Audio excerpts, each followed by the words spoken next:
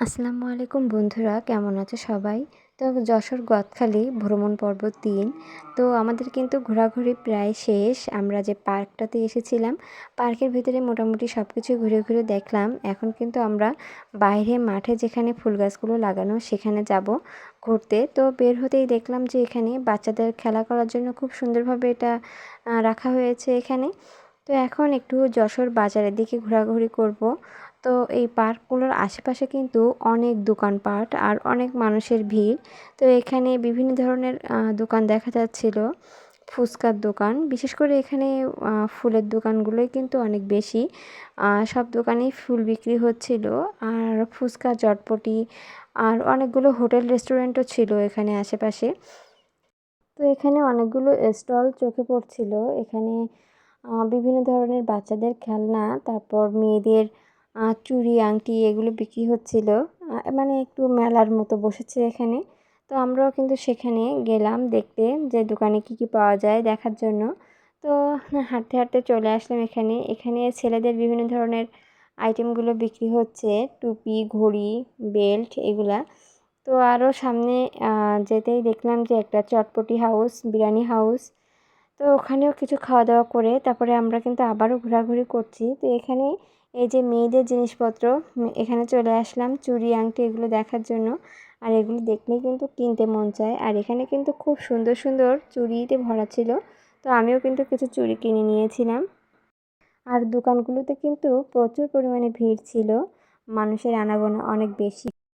বাচ্চাদের খেলনা যেখানে পাওয়া যায় এই দোকানগুলোতেও অনেক ভিড় চোখে পড়ছিল। তো হাঁটতে হাঁটতে দেখলাম যে এখানে আরও একটি পার্ক। তো এই পার্কে আর যাইনি, বাইরে থেকে একটু দেখলাম। এখানেও কিন্তু টিকিট করে ঢুকতে হবে। তো এখানে কিন্তু ফুলের বাগান, তারপর পার্ক সব জায়গায় ঢুকতে গেলেই টিকিট টিকিট সিস্টেম ছাড়া আর কোনো কথা নেই।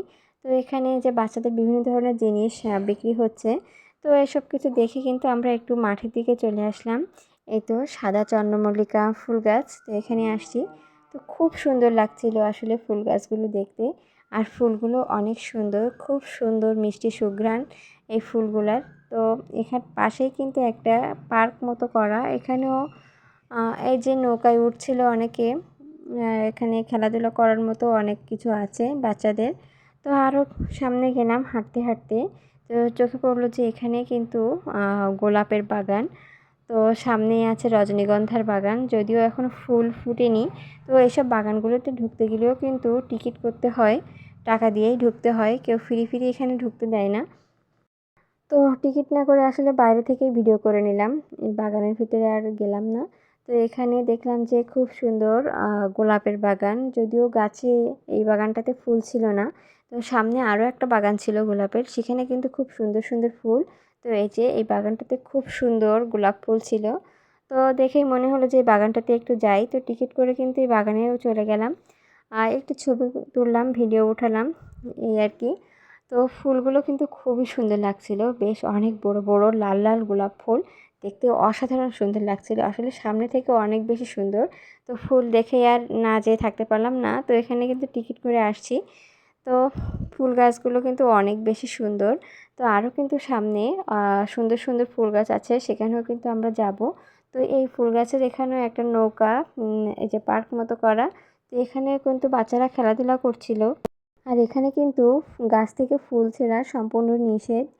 তো গাছ থেকে ফুল আর ছিঁড়লাম না, যদিও একটু ছিঁড়তে ইচ্ছা করছিল, যেহেতু ফুলগুলো অনেক বেশি সুন্দর। আর গাছগুলোও অনেক বেশি সুন্দর লাগছিল, ফুলের গাছগুলা একেবারে ফুটন্ত টকটকে লাল গোলাপ। এই গোলাপের বাগানটাই আমার সব থেকে বেশি ভালো লেগেছিল। সারি সারি গোলাপ গাছ লাগানো, আর গোলাপ ফুলগুলো দেখতেও কিন্তু অনেক বেশি সুন্দর ছিল। তো এই গোলাপ বাগানের পাশেই কিন্তু জারবারা ফুলের গাছের বাগান। তো এই যে এই ফুলগুলো আসলে খুব একটা রোদের তাপ সহ্য করতে পারে না হয়তোবা, এই জন্য ওপর দিয়ে ছাউনি করা। তো এখানে কিন্তু ঢোকা সম্পূর্ণ নিষেধ ছিল, এখানে কোনো দর্শনার্থী ঢুকতে পারে না।